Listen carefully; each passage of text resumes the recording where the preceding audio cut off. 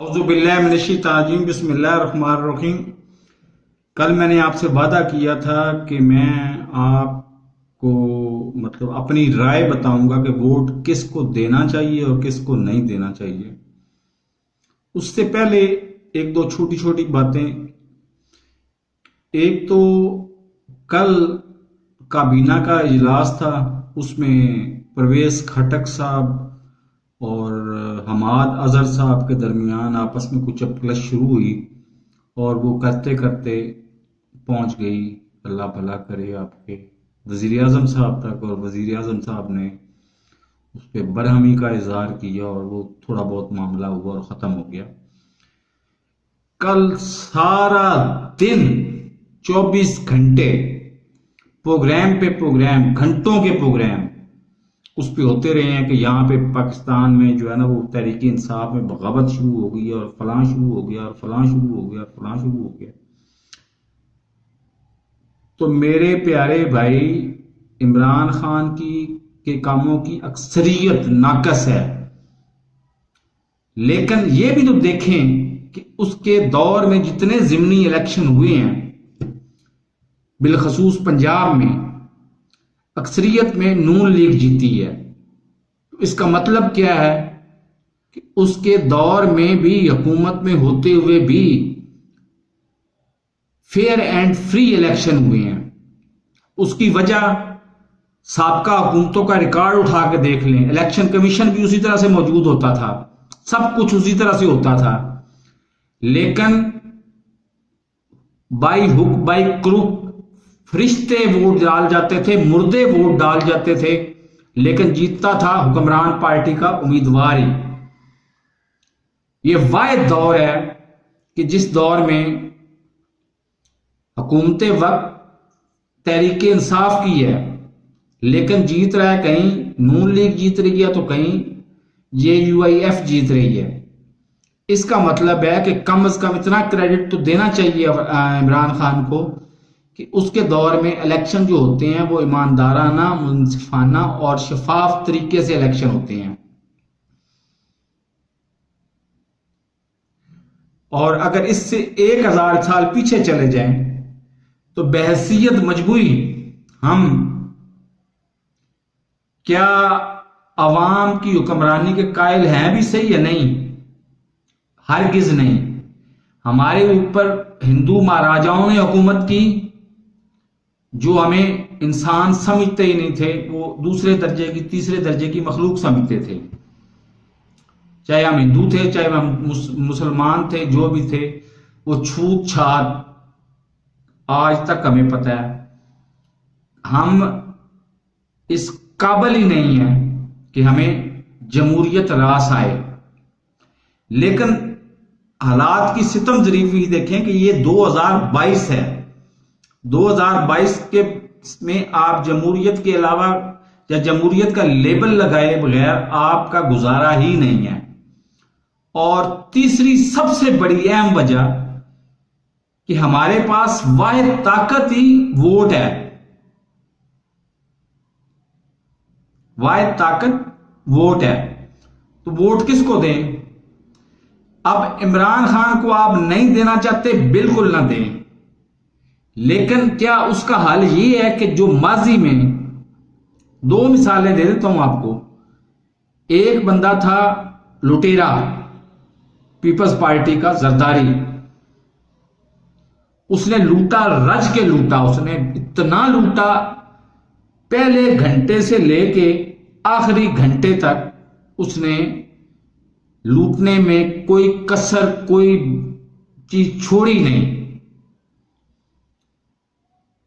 اور دوسرا تھا، وہ لٹیرا تو تھا ہی، لیکن لٹیرے کے ساتھ فراڈیا بھی تھا، جس نے نہ صرف اس کے کریڈٹ پہ 2-4 باتیں آتی ہیں، وہ ہو سکتا ہے کہ اس کو ناگوار گزریں۔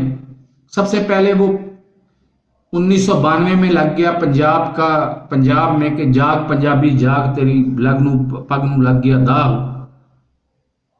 تو وہ پنجاب کا بیٹا بن گیا۔ کرتے کراتے وہ پاکستان کا بیٹا بن گیا. اس کے بعد حالات کی ستم ظریفی کے حکومت اس سے چلی گئی، وہ لندن میں چلا گیا. اس کی بیٹی جو ہے اس نے دعویٰ کر دیا آزاد کشمیر کی حالیہ الیکشن میں کہ وہ تو ہے ہی کشمیر کا بیٹا. یعنی جس بندے کو اپنے باپ کا بیٹا ہونے نصیب نہیں ہے اور وہ ہر روز کی بنیاد پہ درجنوں ویڈیوز اور درجنوں آڈیوز مصنوعی اور جعلی بنا کے ادھر لانچ کرتا پھر رہا ہے، وہ بناتا ہے اور اس کی بیٹی لانچ کرتی ہے اور تیسرے دن وہ پکڑی جاتی ہے، وہ چوتھی بنا دیتا ہے. یعنی اس طرح کرتے کرتے وہ 10 کروڑ ویڈیوز اور آڈیوز بنا چکا ہے اور آج بھی وہ ٹلنے کا نام نہیں لے رہا. تو کیا آپ ان کو ووٹ دیں گے؟ یا ان کو ووٹ دینے کے بعد آپ سمجھتے ہیں کہ پاکستان کا مستقبل محفوظ رہے گا؟ ہرگز نہیں. اول تو میں دیکھ رہا ہوں، میری امید یہ ہے کہ یہاں پہ اسی آئین کے اندر رہتے ہوئے، اور میرا مطالبہ بھی یہی ہے، ایک تو دوسرا کلمہ لا الہ الا اشہد ان لا الہ الا اللہ و اشہد ان محمد عبدہ و رسول اللہ پڑھنے والے کو مسلمان قرار دیا جائے، جس میں چاہے احمدی ہو، چاہے قادیانی ہو، چاہے کوئی بھی ہو، اس کو مسلمان قرار دیا جائے. اور دوسرے نمبر پر سارے کے سارے اختیارات اکٹھے کر کے ایک ایماندار شخص کو دے دیے جائیں. اور یہاں پہ ضمنی طور پہ آپ کو بتاتا چلوں کہ ابھی کل میں خبر سن رہا تھا کہ عمر عطا بندیال صاحب چیف جسٹس بن گئے ہیں. عمر عطا بندیال صاحب کو کسی حوالے سے میں ذاتی طور پہ بھی جانتا ہوں. ان کے سکے داماد نے فقط 50,000 کی خاطر جا کے خواتین کا، نوجوان خواتین کا گریبان پکڑ لیا تھا کہ میں عمر عطا بندیال کا داماد ہوں. تو ان کی ایمانداری تو آپ کے سامنے آ گئی ہے. میں چند دن پہلے ذکر کر چکا ہوں نا کہ مجھے امید ہے کہ عدلیہ سامنے آئے گی، فیس عدلیہ کرے گی اور پیچھے بیک پہ اسٹیبلشمنٹ ہوگی. تو موجودہ چیف جسٹس کی حالت تو یہ ہے، تو پھر ہم ووٹ دیں گے اس کو. اب میں اپنا ارادہ بتا دیتا ہوں، آپ کی اپنی مرضی ہے، آپ آزاد ہیں، آپ جس کو مرضی ووٹ دیں.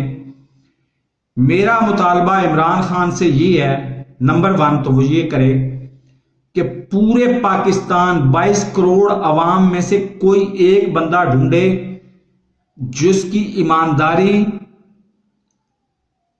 100% نہیں، 200% نہیں، 1000% اس کو امید ہو، اس کو یقین ہو کہ یہ ایماندار شخص ہے. اس کو لگائے مری کا ڈی سی. مری کے ڈی سی لگانے کے بعد ادھر جتنے ہوٹلز ہیں ان کے اندر پارکنگ، ہوٹل کیپیسٹی کے مطابق پارکنگ کا انتظام کرے اور ان کے ریٹس سارا سال ایک ریٹ ہونا چاہیے اور وہ ڈیجیٹلائز ہونے چاہیے سارے ہوٹل. آپ کمرہ بک کروائیں، آپ جائیں وہاں پہ رہیں، وہاں پہ گاڑی پارک کریں اور وہی ریٹ گرمیوں میں بھی ہو، وہی ریٹ سردیوں میں بھی ہو. ان کی اصلاح کی ضرورت ہے، ورنہ اس طرح کے حادثات ہوں گے تو ڈائریکٹ بلیم آپ پہ آئے گا اور جائز بلیم آئے گا آپ پہ.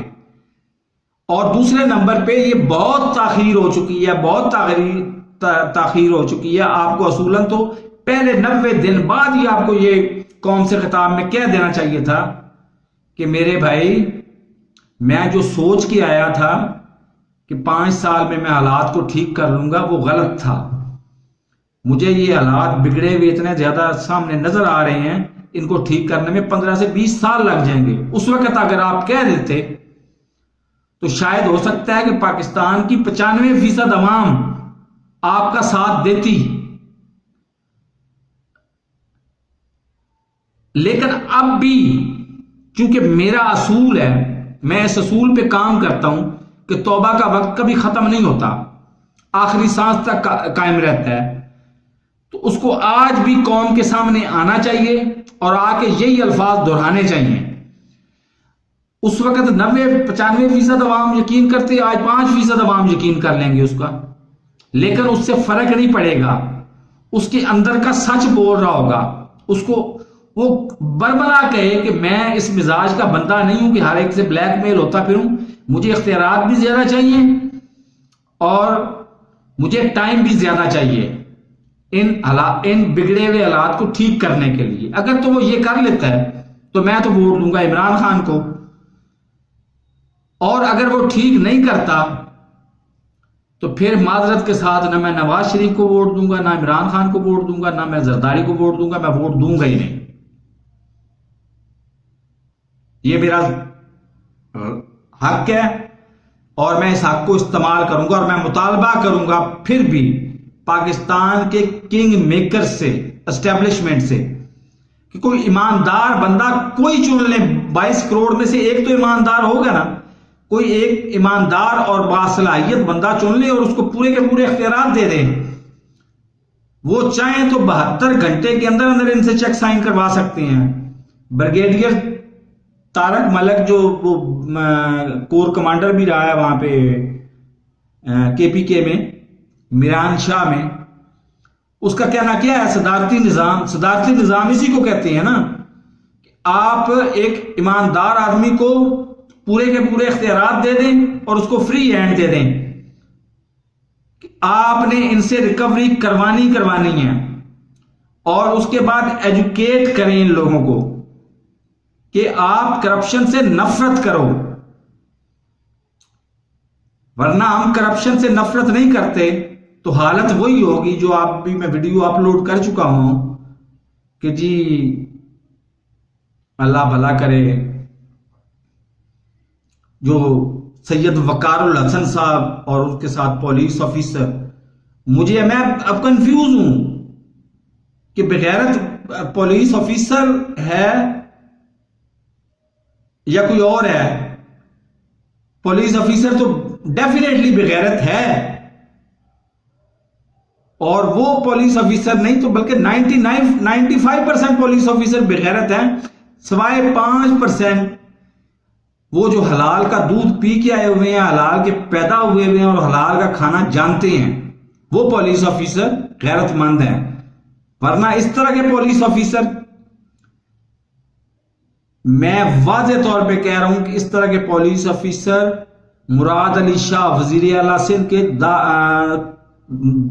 ماتھے پہ کالک ہیں. ان کو اس کالک کو دھونا چاہیے.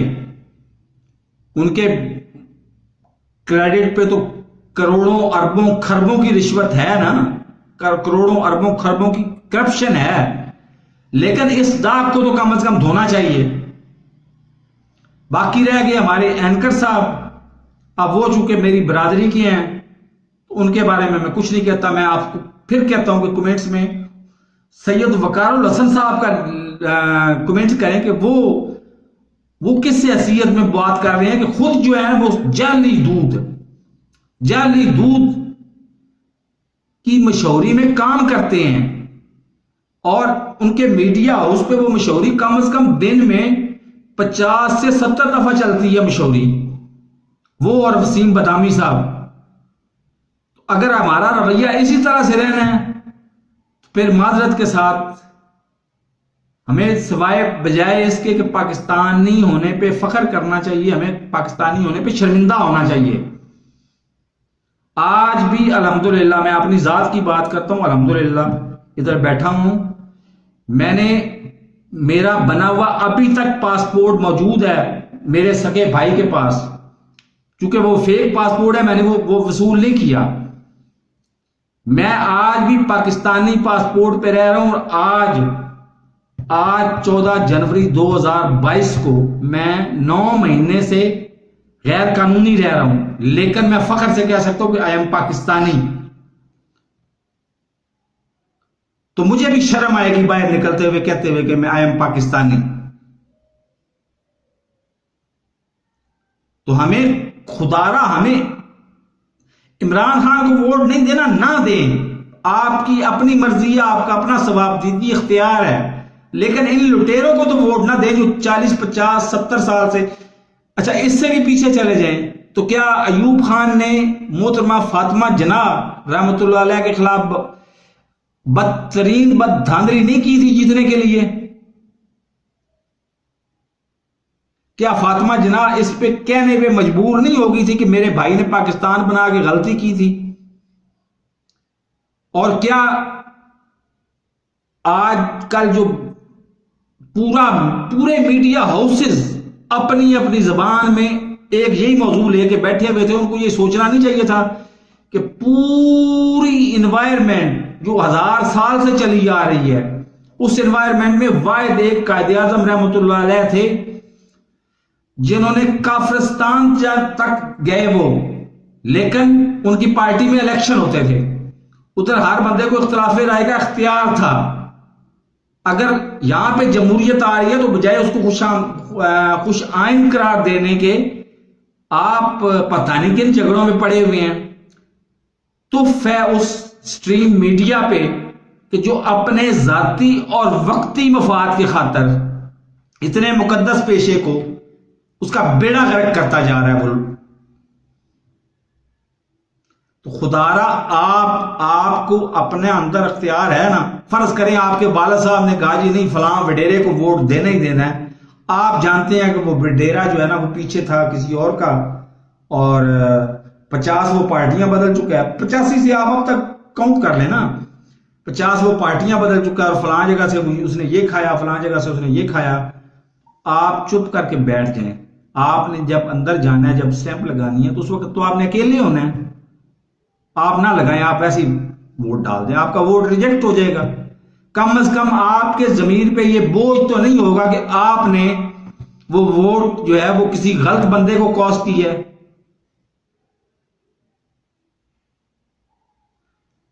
تو خدارا اس بات کو سمجھیں، اس بات کو پہلا قطرہ لیں اور میری اس ویڈیو کو زیادہ سے زیادہ لوگوں میں شیئر کریں. میری خواہش ہے کہ پورے کے پورے 22 کروڑ عوام یہ فیصلہ کر لیں کہ ہم نے کرپٹ آدمی کو ووٹ نہیں دینا، اور اس کا معیار بنا لیں کہ 1985 میں یہ کس جماعت میں تھا اور کس حیثیت میں تھا، 1988 میں کس جماعت میں تھا اور کس حیثیت میں تھا، 1992 میں کس جماعت میں تھا اور کس حیثیت میں تھا، 1996 میں کس جماعت میں تھا اور کس حیثیت میں تھا، 1993 میں سوری، اور 1993 کے بعد 1996 میں کس جماعت میں تھا اور اس کی کس حیثیت میں تھا. اس کے بعد پرویز مشرف کے دور میں یہ کس جماعت میں تھا اور اس کی کس حیثیت میں تھا، اور آج کل وہ کس جماعت میں اور کس حیثیت میں ہے. وہ اس کا کم از کم ریکارڈ اپنے سامنے اپنے ذہن میں سوچیں اور اسی بندے کو ووٹ دیں جو بے داغ ہو. یہاں پہ مصیبت یہ ہے کہ جو سب سے بڑا کرپٹ ہوتا ہے وہ لکھتا اشتہاروں میں کیا ہے، بے داغ ماضی اور کردار کا غازی. تف ہے اس کردار کے غازی پہ اور بے داغ ماضی پہ کہ جس نے ساری زندگی کی کرپشن ہے، ساری زندگی کی اس نے پارٹیاں بدلی ہیں، لوٹا وہ رہا ہے، اور وہ کہتا ہے جی میں بے داغ ماضی اور کردار کا غازی. ایسے بندے کو ووٹ دے کے آپ اپنے پاؤں پہ خود کلاڑی ماریں گے. تو میرے اس چینل کو سبسکرائب نہیں کیا تو سبسکرائب کر لیں، ساتھ لگے بیل آئیکن کو دبا کے نوٹیفیکیشن کو آن کر دیں تاکہ میری ہر نئی آنے والی ویڈیو کو نوٹیفیکیشن آپ کو بر وقت مل سکے. اللہ حافظ.